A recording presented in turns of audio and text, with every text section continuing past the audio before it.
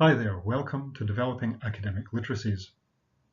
I've now finished reading the second activity for writing grant applications, and I want to give you a little bit of general feedback. I've already commented individually on your work, but I wanted to talk about it a little bit in general, and then to set up preparation for the third activity in this course. In a course of this duration, we have to concentrate on selected things, and one of them is the structure. And I was very, very pleased that most of you have grasped the elements of the structure of a grant application. So I was happy with the structure. I was also pleased that many of you chose to redraft or to revisit the research article content and use your research article as the basis for your grant application. There are many similarities between a research article and a grant application, but there are also differences. In both a research article and a grant application, you indicate the research area, you talk about the literature that you have used to frame the research niche, and you talk about your own niche, your own specific part of the research area. And you give an indication of the methods that you're going to use to undertake your research. So these parts are similar to the research article, and in many ways you can recycle the language and the content for a grant application. But there are some differences too. In a research grant application, you have to claim competence. You have to say why you are the best person to do this kind of research. And so you talk about your own expertise, your own track record, or the facilities of your lab or your team. Instead of reporting results, of course, you anticipate results. So there are differences in tense choice in a grant application from a research article.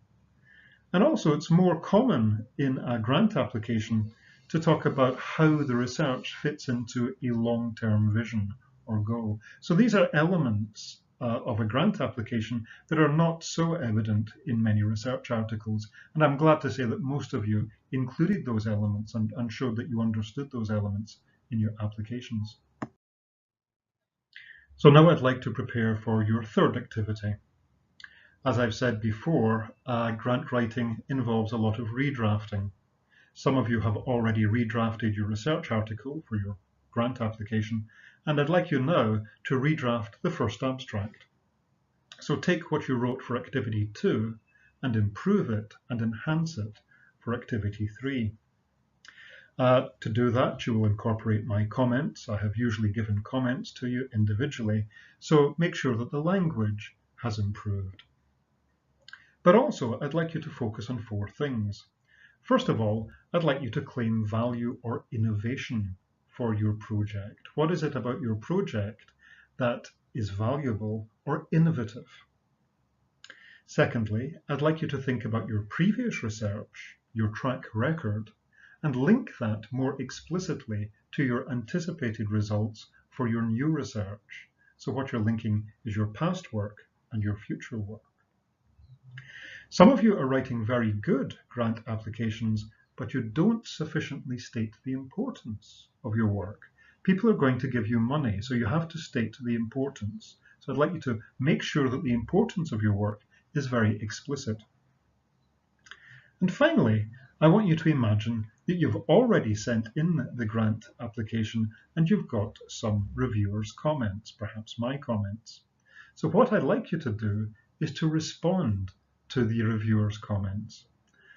Imagine that the reviewers have been positive about your work, but they want you to be more explicit about, for example, the innovation, the anticipated results, the importance. So build in the reviewers' comments to your next draft. The deadline is the 18th of November. Some of you have already posted, and I look forward to receiving the others. Good luck.